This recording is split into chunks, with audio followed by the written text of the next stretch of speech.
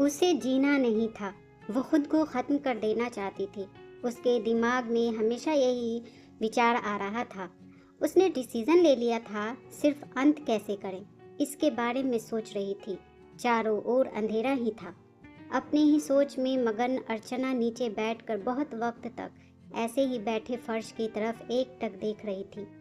पति के धोखेबाजी से अर्चना अंदर से बहुत टूट गई थी। उसने बोले हुए वो शब्द अर्चना के दिल में घाव कर गए थे। इस बार पंकज ने तो हद पार कर दी थी।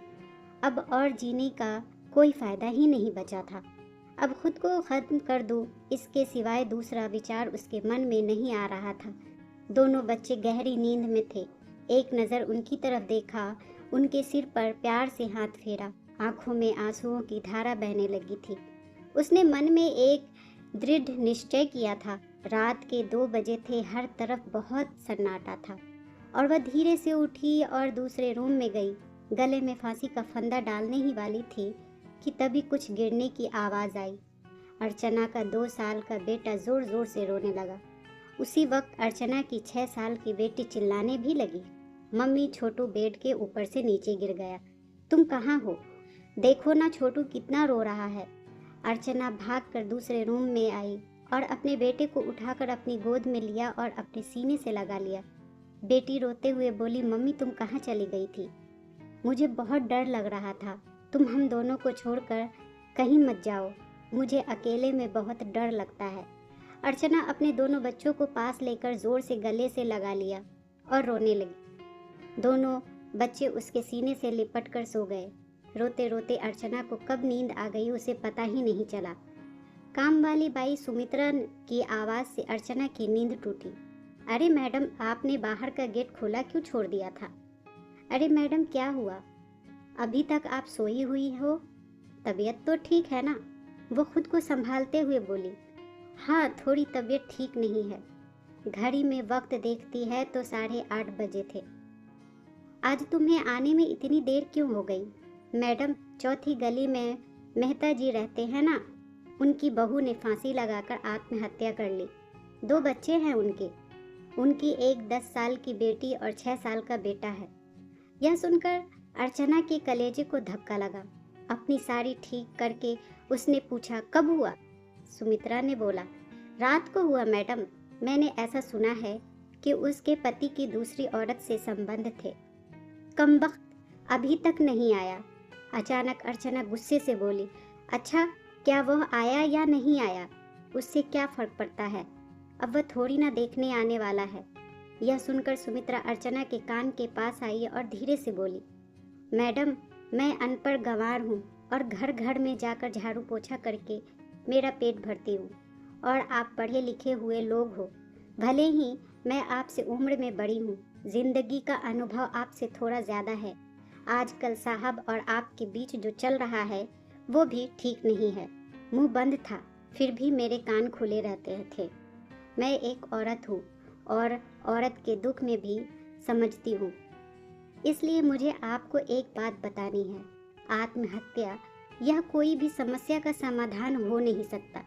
जिंदगी में उतार चढ़ाव तो होते ही रहते हैं। इसका मतलब ऐसा नहीं कि आप अपनी जान दे दो।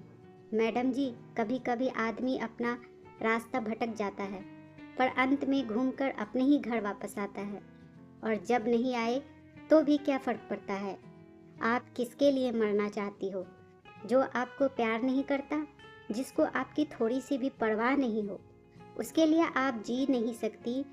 जो आपसे प्यार करते हैं, जिसको आपकी कद्र हो, आपके माता पिता जो आपसे बहुत प्यार करते हैं, आपके बच्चे जिनको आपकी ज़रूरत है।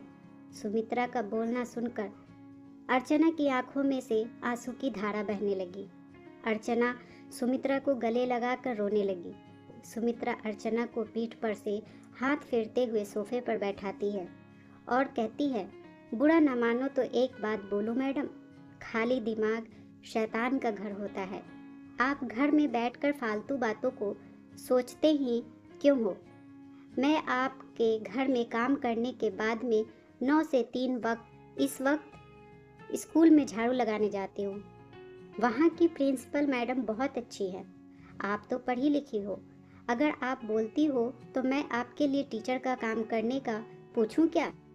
आपका वक्त भी निकल जाएगा और मन भी लगा रह जाएगा। इस पर अर्चना चुप बैठी थी। कोई भी जवाब न मिलने पर सुमित्रा बोली, मैं आपके लिए चाय लेकर आती हूँ। और सुमित्रा काम करने लग जाती है। काम निपटा कर बोलती है, मैडम मैं जाती हूँ। उतने में अर्चना उससे कहती है, रुको सुमित्रा, तुम स्कूल में मेरे लिए पूछना, यदि संभव हो तो प्रिंसिपल मैडम का नंबर मुझे ला कर दो। सुमित्रा के चेहरे पर खुशी का भाव दिखा।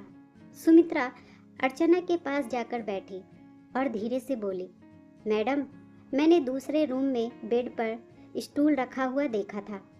ऐसा आप कभी भी मत करना। यह आपका घर है। इसे बचाने को आपसे जो हो सके वो कीजिए। बिना लड़े आपने हार नहीं मान ली। सुमित्रा अर्चना के हाथ अपने हाथ में लेकर बोली, मैडम एक फिल्म में एक हीरो ने एक डायलॉग बोला था, लड़ाई लड़कर जीती जाती है, मरकर कभी नहीं, क्योंकि मुर्दे कभी लड़ा नहीं करते। सुमित्रा हाथ नचाते हुए ऐसे बोलने लगी, यह देखकर अर्चना को बहुत हंसना आया। सुमित्रा का बोलना सुनकर अर्चना का मन हल्का हो गया और उसे एक नई आशा की किरण भी दिखी। वह अलमारी में से अपने सर्टिफिकेट निकालने लगी। दोस्तों, इस कहानी से हमें यह सीखने को मिलती है कि पति पत्नी का रिश्ता यह बहुत ही प्यारा होता है। भगवान को यही दुआ करती हूँ कि कोई भी पति पत्नी के जिंदगी में ऐसा मोड़ नहीं आना चाहिए। अगर आया भी हो तो आत्महत्या ये उसका इलाज नहीं है। जीवन में कोई भी समस्या आत्महत्या या समाधान हो ही नहीं सकता। दोस्तों, आपको ये छोटी सी कहानी कैसी लगी हमें कमेंट में ज़रूर बताएं। प्लीज़ चैनल को लाइक, सब्सक्राइब और शेयर ज़रूर करें। एक नई कहानी के साथ मैं आपसे फिर मिलूंगी। इस कहानी को सुनने के लिए आपका बहुत बहुत धन्यवाद।